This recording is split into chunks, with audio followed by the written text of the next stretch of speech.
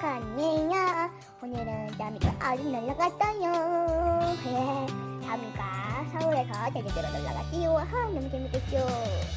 자, 그러면 코코넛 박사님 놀러갈게요. 코코넛 박사님. 안녕하세요.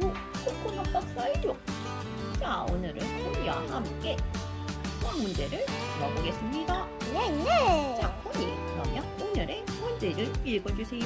네.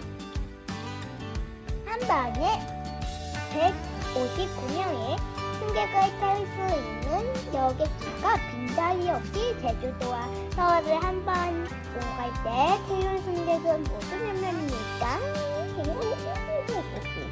이 비행기가 한 번에 태울 수 있는 승객의 수는 몇 명이라고요? 159명입니다. 아, 그렇군요. 그러면 여기 여객기가 바로 이 비행기라는 뜻이지요. 네. 자, 문제를 보면 빈자리 없이 제주도와 서울을 갔대요. 자, 빈자리가 없다는 뜻은 무엇입니까? 남은 자리가 없다는 뜻입니다. 159명의 승객을 빈자리 없이 태웠다는 뜻은 이 비행기에 꽉 몇 명의 승객이 있다는 것이지요. 159명의 승객입니다. 자, 그러면 여기다가 159명을 써볼까요? 네.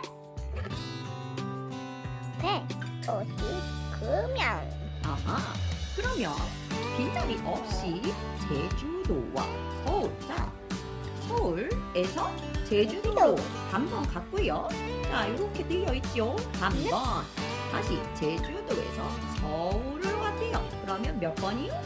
그러면 두 번요. 자, 이렇게 한 번 갔다가 다시 오는 것을 뭐라고 할까요? 왕복입니다. 그렇지요. 한 번 갔다가 오는 것을 왕복이라고 합니다. 아하. 자, 그러면 한 번 갔다가 다시 왔으니까 몇 번이지요? 두 번입니다. 그러면 갈 때도 몇 명? 갈 때도 159명. 올 때도 몇 명? 159명입니다. 자, 그러면 159의 모두 태운 승객을 계산을 하려면 어떻게 수식을 완성을 하면 될까요? 159 곱하기 2입니다. 맞아요. 잘했어요. 그러면 마저 곱셈을 완성을 해볼까요? 네.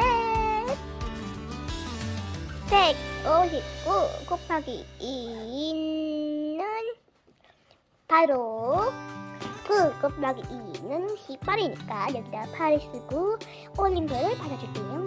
그렇지요.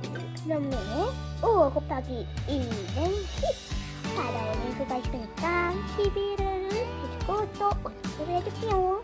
2 곱하기 1은 2 여기 받아올린 수가 있으니까 더해줄게요. 그러면 3 오, 그러면은 총 몇 명? 318명입니다. 와. 잘했어요, 코니. 짝짝짝짝. 그럼 159명이 한 번 갔다가 다시 159명을 태웠으니까 네. 자, 전부 몇 명의 승객이 이 비행기에 탄 것이지요? 318명입니다. 아, 좋습니다. 여기서 중요한 포인트는 포인트 왕복. 왕복. 한 번 갔다가 다시 왔으니까 두 번을 곱해줘야 한다는 것이죠. 오. 자, 그러면 문제의 뜻을 정확히 이해했을까요, 코니? 넵.